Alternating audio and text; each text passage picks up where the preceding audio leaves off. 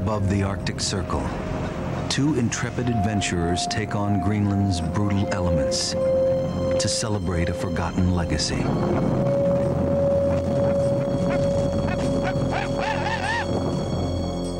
It all began when the world declared a winner in the race to the North Pole a century ago, and Robert Peary was hailed as a hero. But Matthew Henson, the African-American explorer whose Arctic savvy made the victory possible, was virtually ignored, along with his Inuit descendants. Now, a father-daughter team go out there in the icy realm, hoping to take news of National Geographic's highest honor to the forgotten hero's grandson, and to prove themselves among the hard-bitten people whose hearts Matthew Henson won.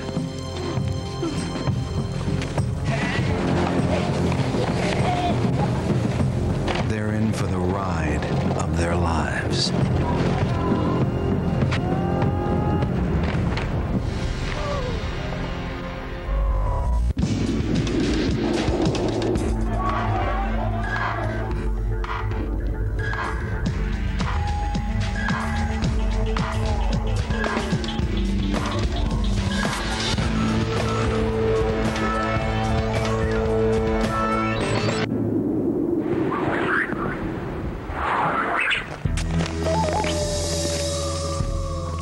Deep in the Arctic, the master dog sledder is a vanishing breed.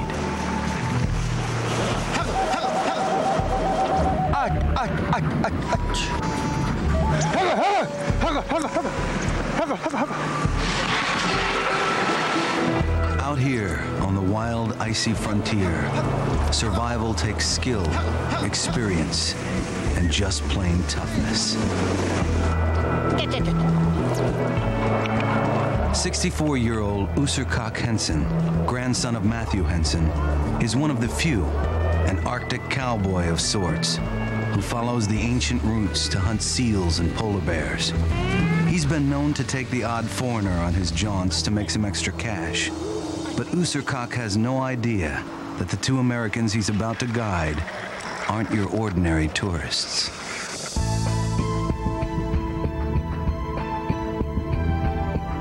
In 1986, a group of explorers, co-led by navigator Paul Shirky, made it to the North Pole, the first attempt to reach it without airdrops of supplies since Peary's expedition.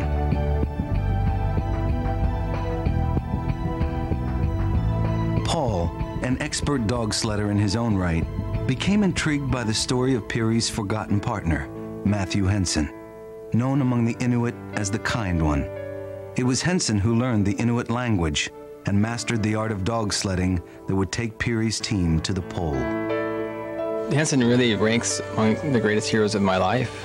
He was one of the few ever from the outside world who found himself endeared by the Inuit people and drawn wholeheartedly into their scene. Paul's plane touches down in Greenland, where Henson and Peary spent time preparing their assault on the pole, and where both had Inuit children, among them Userkak's father. Hi there, hi there. Go on there, gang. Paul is anxious to meet his hero's grandson. He's hoping to share high Arctic adventures with Userkak and observe the Inuit way of dog sledding. Userkak Henson? Userkak, very good to meet you. Oh, yeah. Very good to meet you, yes. Yeah. Look forward to learning how to dog sled from you. Yes. But something has gotten lost in the translation, including who Paul is and why he's come. Indeed, the translator has failed to show up at all. Yeah, this is Paul Shirky. Oh. You know Paul. You know? I'm Dog Musher from the United States. Yeah. Dog Musher. Yes. Connecting with Userkak Henson was my only opportunity in life to connect with one of my central hero figures. Down, and jump all over you. And she's With Paul on an expedition for the first time is his 15-year-old daughter, Bria, a skilled dog sledder as well. But the Inuits seem to think Paul and Bria are just sightseers along for the ride.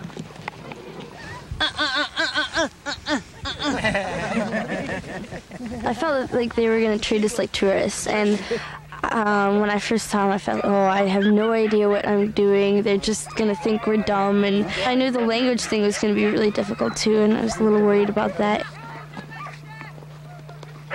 I was a blank slate for Userkak, just another white guy from a place far away. I'd come up to ogle the polar Eskimos, and I don't think that he thought much more of me than that. Okay, here we go. Here we go, Bria. The big one.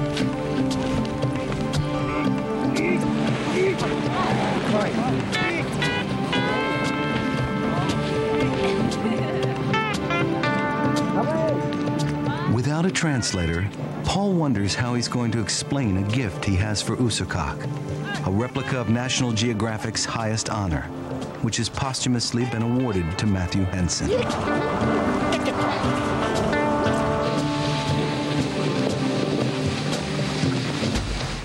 Userkak, we're going right here? I guess we're going. I felt initially thoroughly estranged from them, realizing that the language barrier was immense and not really knowing how to begin, how to make any inroads at all into connecting with these people. Hello. I tried to set a sense of frustration aside, and that somehow through all this, it would certainly still be a grand adventure no matter how it unfolded. But I was worried, very worried, that my mission of connecting with Userkak, beginning to understand him, might not be attainable. As Matthew Henson himself once did, Paul and Bria have to figure out how to bridge a language and cultural gap on their own. They have 2 weeks and 180 miles of Arctic wilderness in which to do it. Deep inside the Arctic Circle, the 5 mushers and 75 dogs set off along Greenland's northwestern coast. A brutal and barren stretch of prime seal hunting territory lies between them and Userkak's hometown of Qaanaaq. A testing journey for even the most hardy Arctic explorer.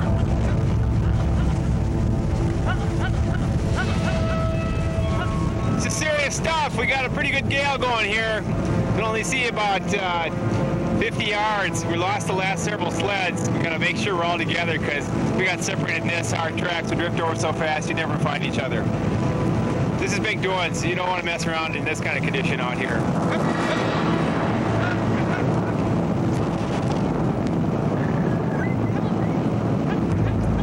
3 days into their trip, 60-mile-an-hour gusts forced the hunters to seek safety near the coast.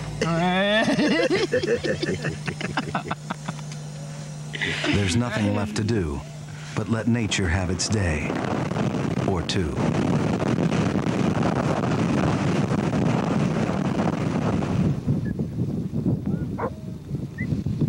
Finally, the weather breaks. For these men, among a diminishing number who still make their living on the ice, the storm has meant no fishing or hunting, and no food. But when you're living on ice, breakfast is often under your feet.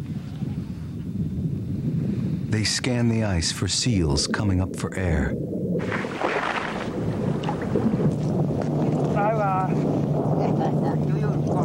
Kiernak Nelson is the first to spot something. Oh, yeah. Where? Isn't that a seal straight out there? Oh, yeah, I see. You see that from here? His portable blind helps conceal him from the seal's keen sight.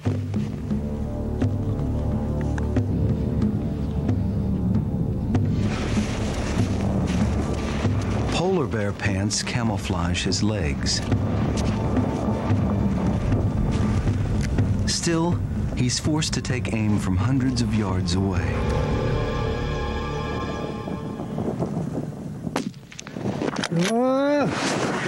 Oh, you're no good. Nah, you're fuck. Hey.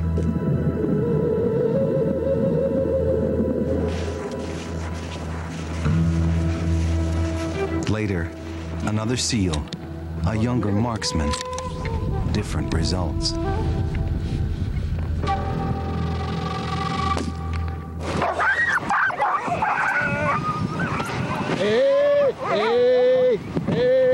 The crack of a shot, and and the dogs head for dinner.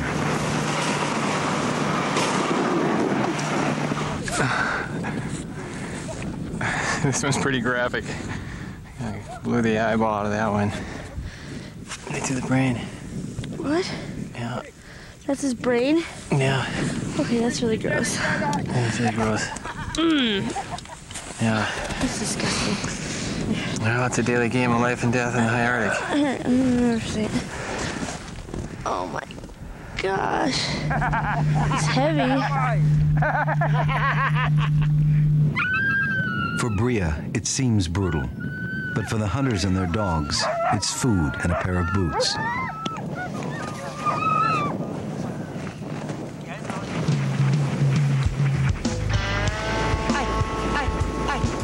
Day 5, and the convoy is back on the trail. It's March, and for the next 6 months, this part of Greenland will experience almost continual sun. The days, divided by brief twilight, begin to run together.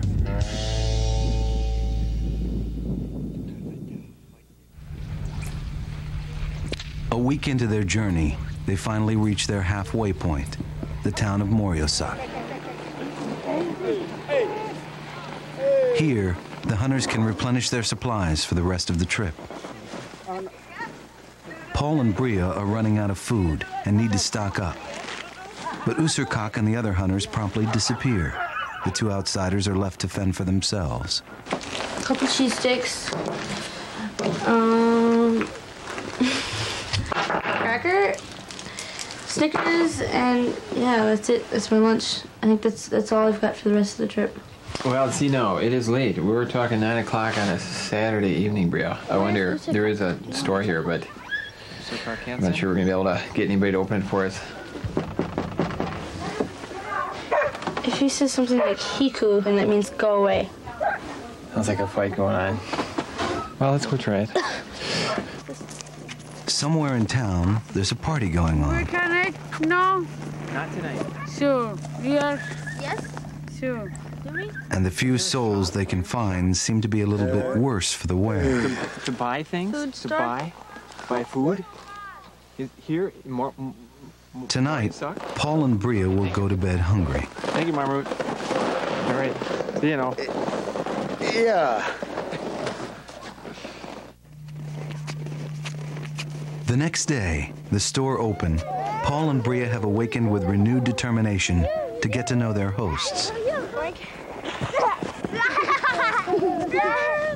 National Geographic recently awarded their greatest honor to Matthew Henson, called the Hubbard Medal, and we're here today with a plaque depicting the medal that was given on behalf of Matthew Henson. So we're going to see if we can have a small ceremony to present them with this gift. Userkak, we have a gift for you here. All right, first we're going to get that on the sled, I guess? Yeah. Hi. Let's follow him here. See if we can make this work. It's all Greek to Userkak. He barely glances at the plaque. Maybe we are going in the house. Let's hope. Of course, you're always hoping, you know, when you position your heroes on a pedestal, you're hoping for something far more gracious and noble than the scene we have going right here. But you take what you get, and this is the cold, hard reality of life in the Arctic. It's no fairy tale out here.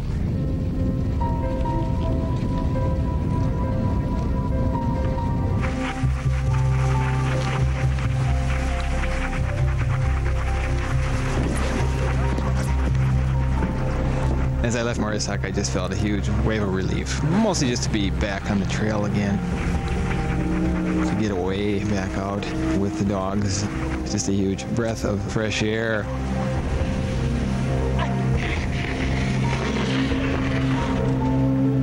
The greatest challenge now lies directly ahead.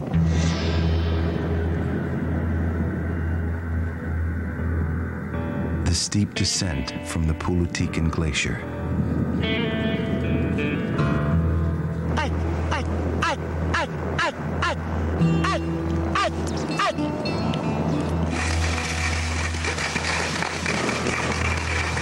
Paul and Bria are about to witness dog sledding like they've never seen before. The sleds pick up speed, and their drivers have no brakes to stop them from overrunning the dogs.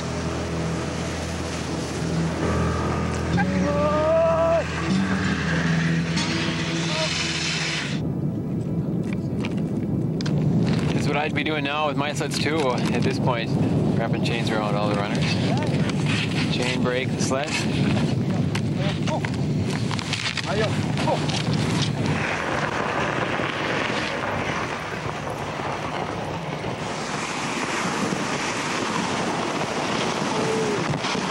But it's still too slick. Userkak uses his feet, while Bria throws her weight off the back.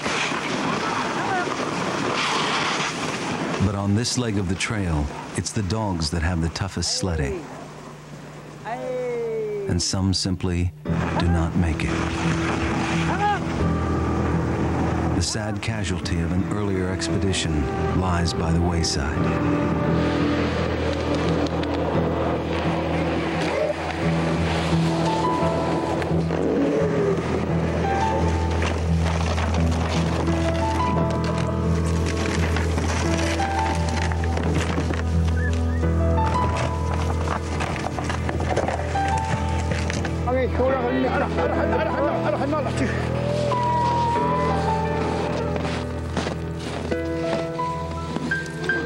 For the final push, all hands will be needed. It's the most dangerous.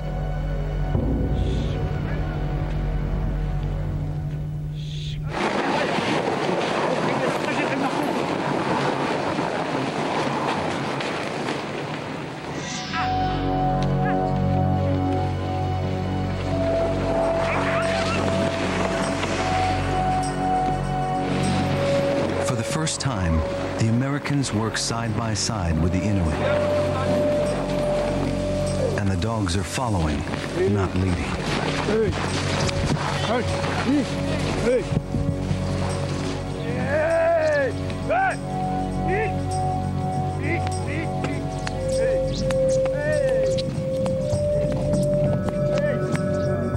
There's a bottleneck down below where the glacier flattens out. With most of the party in harm's way, it's vital to keep the last sled under control.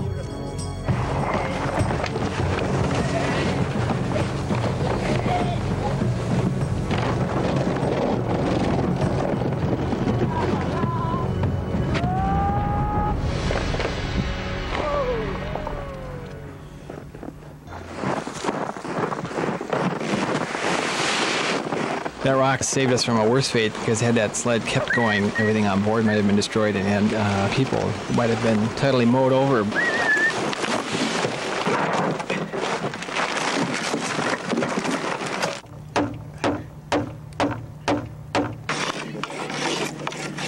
That night, all of the equipment gets some much-needed maintenance.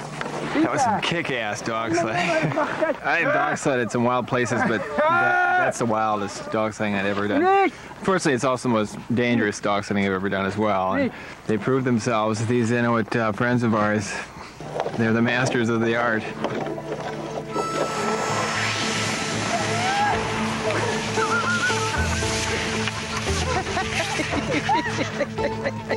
"11 days into their trip, it is Bria who first wins over her hosts, as only a teenager can.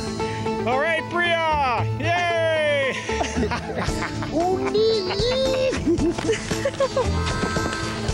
The dynamics of this trip keep changing. And like when the trip first started, it was a total clash between the two cultures, and now I think we've started to mix together better. It's almost as if we're treating each other like normal people now, and not like they're the tour guides and we're the tourists. And it's more like everyone's on a trip together.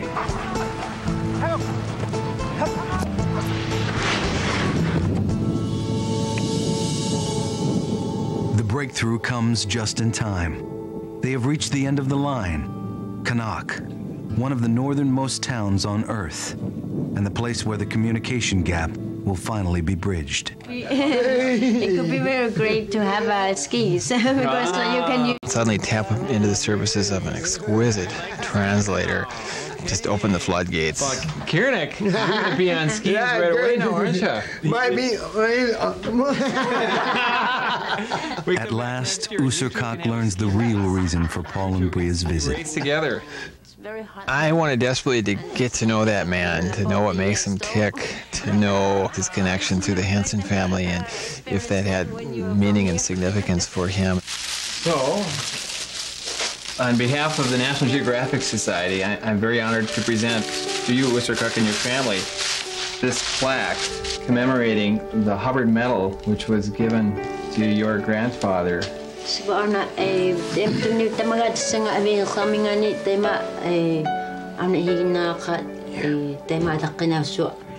He almost cried. His eyes dewed up, and I was really touched because I wasn't sure that it would mean anything at all to him. But when I saw him well up there and struggle a bit to hold back tears, I realized that this was big doings. And that I think there is a tremendous amount of pride within him about his grandfather, Matthew Henson.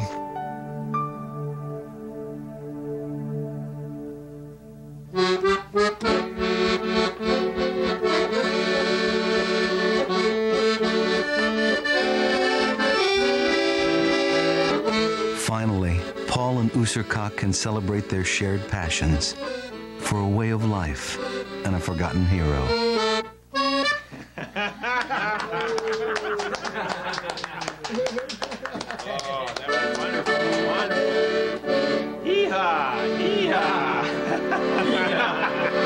Here's our man.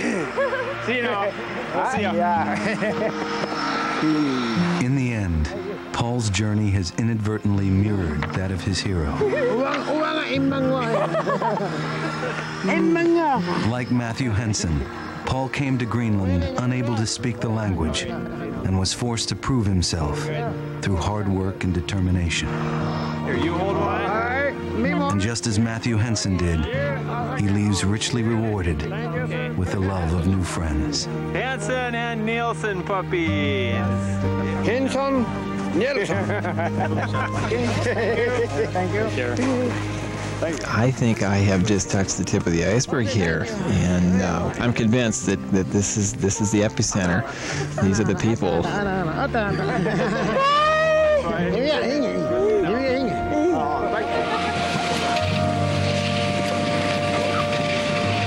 I came away realizing that the real legacy there is just simply the legacy of the Polar Inuit themselves. They remain for me one of the most fascinating cultures on Earth, and I came away just longing to go back.